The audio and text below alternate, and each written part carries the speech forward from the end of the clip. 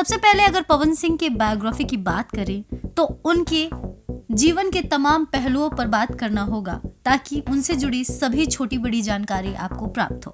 तो चलिए शुरू करते हैं। पवन सिंह एक लोकप्रिय भोजपुरी गायक हैं, इसमें कोई दो राय नहीं है। वो क्षेत्रीय संगीत, वीडियो और फिल्म में अपने काम के लिए जाने जाते हैं। उन्हें अब तक के सर्वश्रेष्ठ भोजपुरी गायकों में शुमार किया गया है।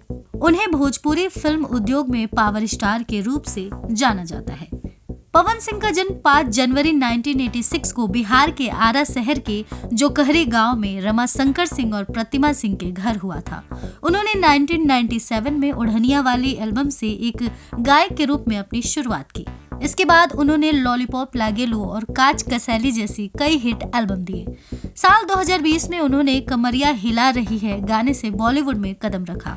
फिर उन्होंने 2007 में भोजपुरी फिल्म रंगली चुनरिया तोहरे नाम से में अभिनय की शुरुआत की।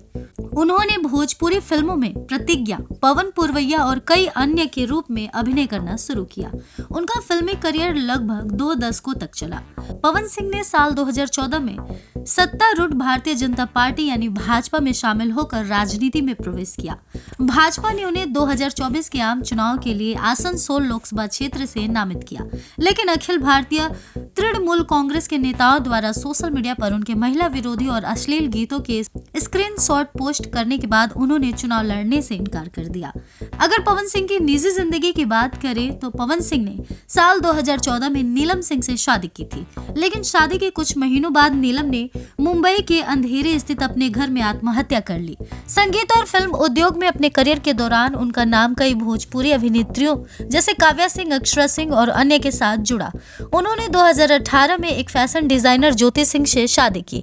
बाद में ज्योति सिंह ने मानसिक रूप से प्रताड़ित करने के लिए उनके खिलाफ बलिया में पुलिस शिकायत दर्ज कराई और इनका विवाद सोशल मीडिया पर चला और उनके तलाक का जो मुद्दा था वो लगातार सुर्खियों में रहा। बाद में ये दोनों वापस से सुलह कर एक हो गए और उसके बाद फिलहाल एक दूसरे के साथ हैं नहीं हैं, इस बात की जानकारी स्पष्ट रूप से प्राप्त नहीं है, क्योंकि इनके द्वारा कोई भी चीज बताई नहीं जाती है, दिखाई नहीं जाती है। पवन सिंह की शिक्षा की बात करें तो पवन सिंह ने अपनी प्राथमिक शिक्षा कोलकाता से प्राप्त की है। इसके बाद वो आरा लौट आए और HNK हाई स्कूल में इंटरमीडिएट की पढ़ाई पूरी की। अंत में उन्होंने आरा के महाराजा कॉलेज से स्नातक की पढ़ाई की। अगर पवन सिंह के बारे में इंटरेस्टिंग फैक्ट्स जानना चाहते हैं तो उन्हें भोजपुरी फिल्म इंडस्ट्री में पावर स्टार के रूप से जाना जाता है। पवन सिंह के चाचा अजीत सिंह भी एक भोजपुरी गायक हैं और जब उन्होंने देखा कि पवन की गायन में रुचि है तो उन्होंने उन्हें भोजपुरी सिखाना शुरू कर दिया। उनके चचेरे भाई ऋतिक सिंह और सतीश सिंह भी भोजपुरी गायक है। पवन सिंह की उपलब्धियों की बात करें तो भोजपुरी इंडस्ट्री में वो सर्वश्रेष्ठ पुरुष गायक में बेशुमार है। वो सर्वश्रेष्ठ अभिनेता में बेशुमार है। उन्होंने दादा साहब फाल्के फिल्म फाउंडेशन पुरस्कार भी जीता है। वो सर्वाधिक लोकप्रिय अभिनेता पुरस्कार भी जीत चुके हैं।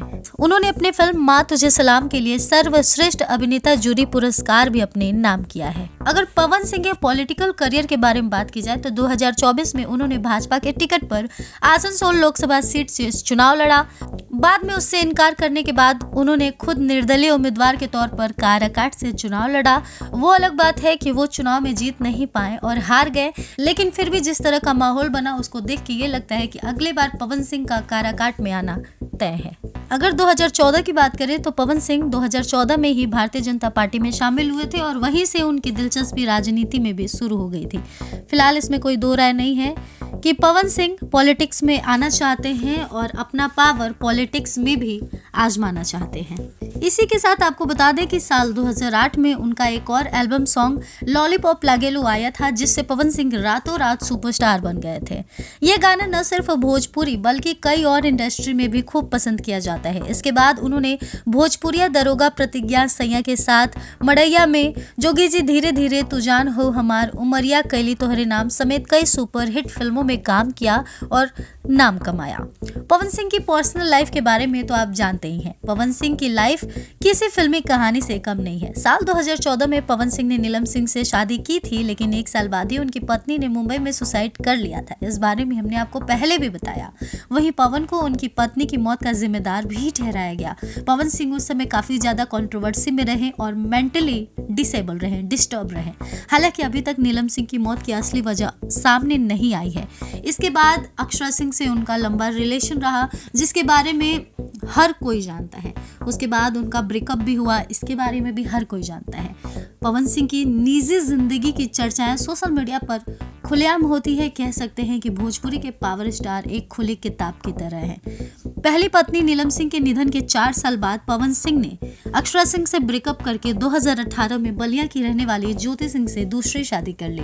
पवन सिंह ने ज्योति से पहले कोर्ट मैरिज की थी। इसके बाद उन्होंने पूरे रीति रिवाज से शादी की। शादी की कई तस्वीरें सोशल मीडिया पर जम के वायरल हुई थी। वहीं ज्योति के साथ भी उनके रिश्ते खत्म होने के कगार पर आ गए थे। पवन सिंह और ज्योति सिंह के बीच तलाक का केस चल रहा था। आरा के कोर्ट में ये मामला लंबे समय से था, लेकिन बाद में उन दोनों के बीच में सुलह हो गया और वो दोनों एक हो गए। फिलहाल वो दोनों एक हैं और फिलहाल कोई तलाक की बात नहीं चल रही है। रिपोर्ट्स की माने तो पवन सिंह भोजपुरी एक्ट्रेस अक्षरा सिंह संग रिलेशन को लेकर काफी ज्यादा चर्चा में थे। खबरों की माने तो दूसरी शादी के बाद वो अक्षरा सिंह को डेट फिर से करने लगे थे। इस बात को खुद अक्षरा ने कबूल किया था। उन्होंने कहा था कि वो और पवन दोनों 1 साल रिश्ते में रहे। वहीं साल 2019 में अक्षरा ने पवन सिंह पर आरोप लगाया था कि वो उन्हें और उनके परिवार वालों को जान से मारने की धमकी दे रहे हैं। अक्षरा के अलावा पवन का नाम कई और एक्ट्रेसेस के संग भी जुड़ा हुआ है। भोजपुरी के पावर स्टार पवन सिंह का जितना नाम है उतने ही ज्यादा वो बदनाम भी हैं। इस सवाल पर वो कहते हैं कि बदनाम वही होता है जिसका नाम होता है। हालांकि पवन सिंह अपनी निजी जिंदगी को लेकर काफी ज्यादा चर्चाओं में बने रहते हैं। ये एकमात्र भोजपुरी इंडस्ट्री के ऐसे एक्टर हैं जिनके प्रोफेशनल लाइफ की चर्चा कम और पर्सनल लाइफ की चर्चा ज्यादा होती है। लेकिन इनका क्रेज लोगों के बीच कुछ इस कदर है कि इनके खामियों की तरफ लोगों का ध्यान नहीं जाता। वो सिर्फ इनके गुणों को देखते हैं, इनके टैलेंट को देखते हैं और इनके फैंस हैं।